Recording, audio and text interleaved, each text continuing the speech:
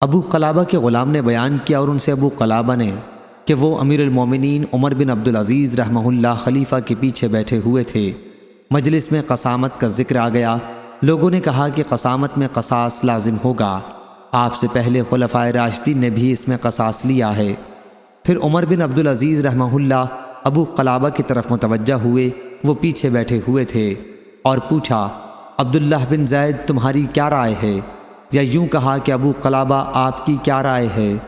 میں نے کہا کہ مجھے تو کوئی ایسی صورت معلوم نہیں ہے کہ اسلام میں کسی شخص کا قتل جائز ہو، سوائے اس کے کہ کسی نے شادی شدہ ہونے کے باوجود زنا کیا ہو، یا ناحق کسی کو قتل کیا ہو، یا اللہ اور اس کے رسول سے لڑا ہو، مرتد ہو گیا ہو۔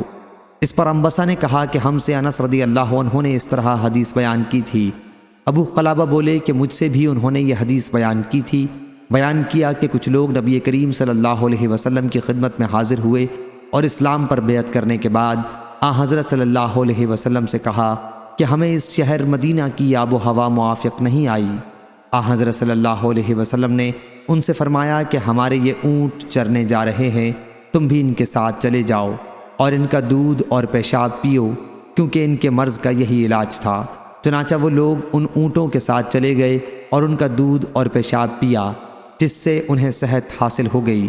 اس کے بعد انہوں نے حضور صلی اللہ علیہ وسلم کے چرواہے کو پکڑ کے قتل کر دیا اور اونٹ لے کر بھاگے۔ اب ایسے لوگوں سے بدلہ لینے میں کیا تعامل ہو سکتا تھا؟ انہوں نے ایک شخص کو قتل کیا اور اللہ اور اس کے رسول سے لڑے اور حضور صلی اللہ علیہ وسلم کو خوف زدہ کرنا چاہا۔ انبسہ نے اس پر کہا، سبحان اللہ۔ میں نے کہا، کیا تم مجھے جھٹلانا چاہتے ہو؟ انہوں نے کہا کہ نہیں، یہی حدیث انس رضی اللہ عنہ نے مجھ سے بھی بیان کی تھی۔ میں نے اس پر تعجب کیا کہ تم کو حدیث خوب یاد رہتی ہے۔